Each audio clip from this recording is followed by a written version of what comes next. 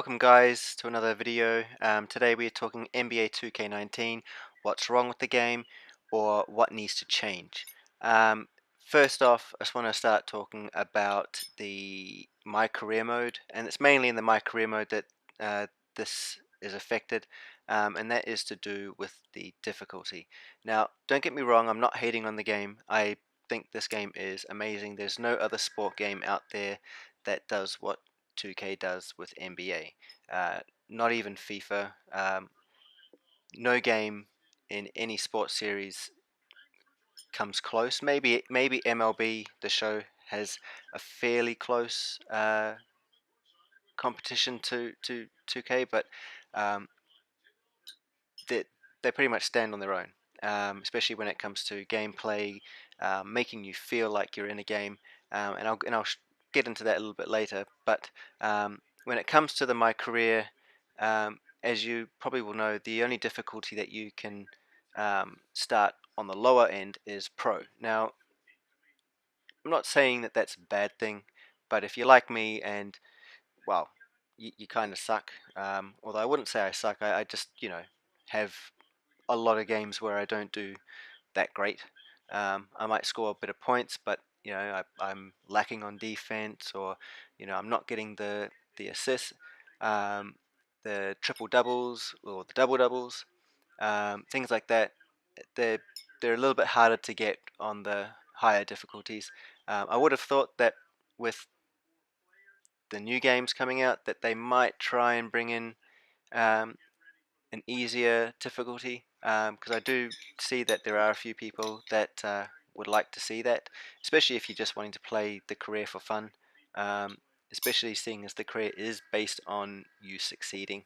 Um, that being said, you making it too easy um, might take a bit of the enjoyment when you actually do something good away from the game. Um, I'm a little surprised though, like I said, that 2K have not brought in the option, at least. Maybe they might bring it in at a later date with an update. There was a new update today, or the day of recording this. It was quite a large 4 gig update, but I'm not quite sure what was in that update. I haven't looked at the patch notes, but from what I can see, there wasn't anything to do with this. The next thing I want to talk about is um, the speed of the players. Now, if you're like me and you played the other games, you would get on a fast break and you were able to beat the opponent to the rim. This seems to have a slight rubber banding, so when you can get a steal or a block and you can get the ball and you want to make a fast break, you don't really move that fast, and you kind of go a lot slower than normal. And I found with 2K19 that this game does punish you a little bit in that respect. Um, you would expect these guys, especially if you've got your speed settings up, which I do. I think my guy's level 88 at the moment. So I've got my speed up at the highest, so he shouldn't be slow. Um, but there's still like this rope or something holding you back that you can't, and the defender 9 times out of 10 is going to catch you and stop you, and you end up on a fast break needing to pass it to someone else, which when you watch an NBA game, that very rarely happens unless you're up against someone who's got amazing speed, like maybe like Curry or someone like that. um, so it's a little strange. Other than that, the gameplay, I don't find there too many issues. Shooting is as it has been. If you struggle to get that perfect shot, you're probably going to struggle to get the perfect shot in this game, as you did in previous games. There are ways to improve your game, and I would suggest doing a lot of the training sessions, and maybe just do some practices in my court. There are different jump shots and things that you can look at which may work better for for you. And there are videos on YouTube. I'm not going to go into how to do it. I guess I'll let you guys check those other guys out, um, and what they have to say about choosing the right jump shot. Um, there are a few settings that you can tweak there as well. I have looked at that, and I am using um, the jump shot 49 with Lamarcus Aldridge and Kevin Durant's settings, and yeah, I found for me that it's helped. As you see, I got 33 points in this game here. Um, it it's not designed to be easy, and I guess that is like the real world. You know, these guys work hard to get where they are, and I can see how that would be translated into um, your game. You don't want it to be, you're scoring 60, 80 points every game and annihilating the opponent. Um, but going back to my first point, it would be good to have a few, or to have an option to drop that setting down. I mean, it doesn't have to make the whole game, you know, stupidly easy. But going back to what I was talking about, the dynamics of making it feel like an NBA game, um, or like an actual career. This is the one thing that 2K have done brilliantly is bringing in these elements of the TV broadcast. So having the interview um, either at halftime or having the interview at the end of the game just brings in that real immersion into the game. Or whether it's at the end here, like you see, you have options with the dialogue this year in terms of having an interview with um, these guys, or whether it gets sent back up to the studio and talking with Shaq and those guys. It just gives that feeling like you are that NBA player. It is your career. You are doing that, and that is something that I have to say, 2K have done brilliantly for as long as I can remember, since they've had the my career going in. Um, that's something that FIFA, no other game really does well, which I think a few of them could take take notice, and that's probably one of a really positive point that I would give 2K. But yeah, so along with the interviews, another good point, just to throw in with a few of the negatives that I'm talking about, is the pre-game build-up, the pre-game show. It is something that I think is really cool. Um, it's well done. It's a little bit repetitive. I guess that's the only negative thing I will say about them. It doesn't take too long for them to be talking about the same things, but it is still a cool, fun way to get you ready for your next game.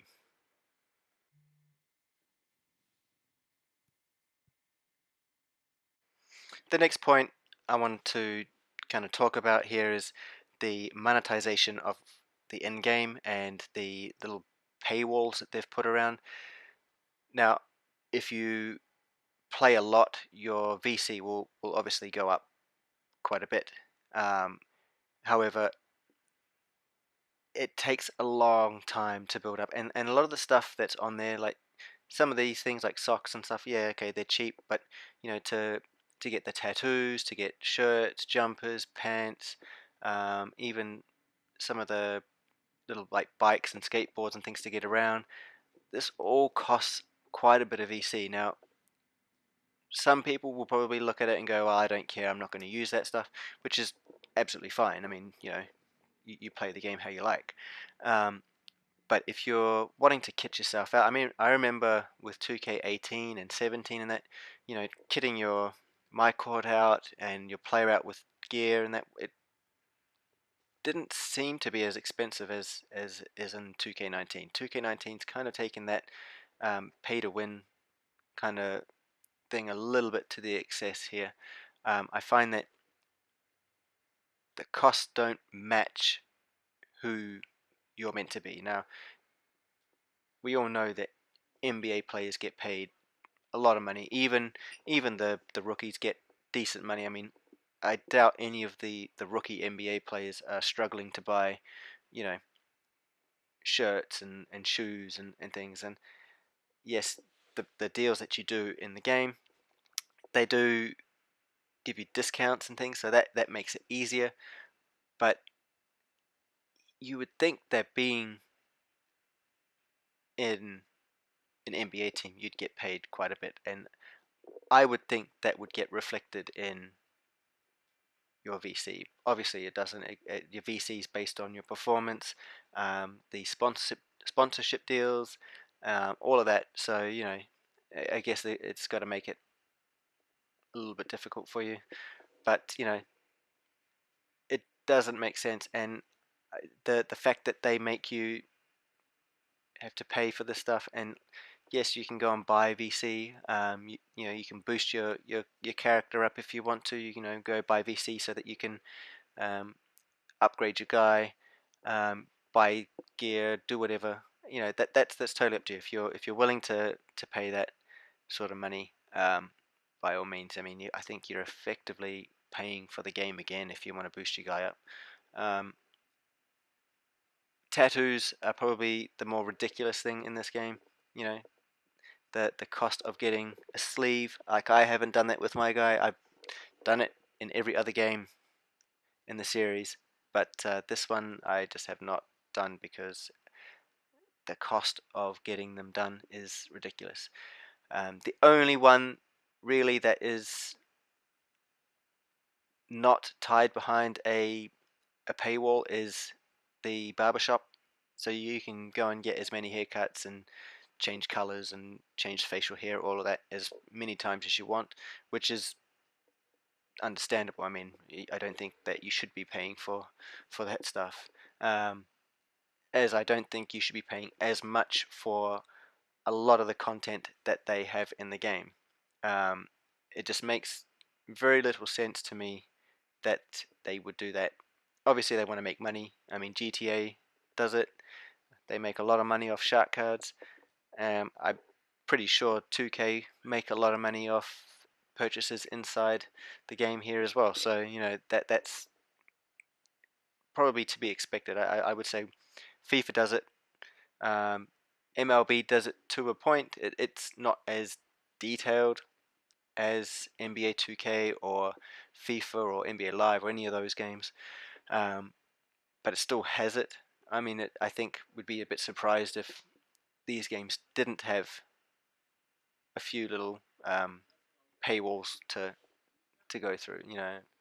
Um, Anyway, guys, that's all for today's video. Remember, hit that subscribe button, hit the like. Remember, leave a comment if there's anything you'd like to see, whether it's with NBA 2K19 or any other game, GTA, Spider-Man. Like I said in my stream the other day with Spider-Man, uh, we'll be doing Assassin's Creed Odyssey and obviously Red Dead. But if there's anything you would like to see me do, I will try and get that out for you guys. So yeah, until next time, thank you very much.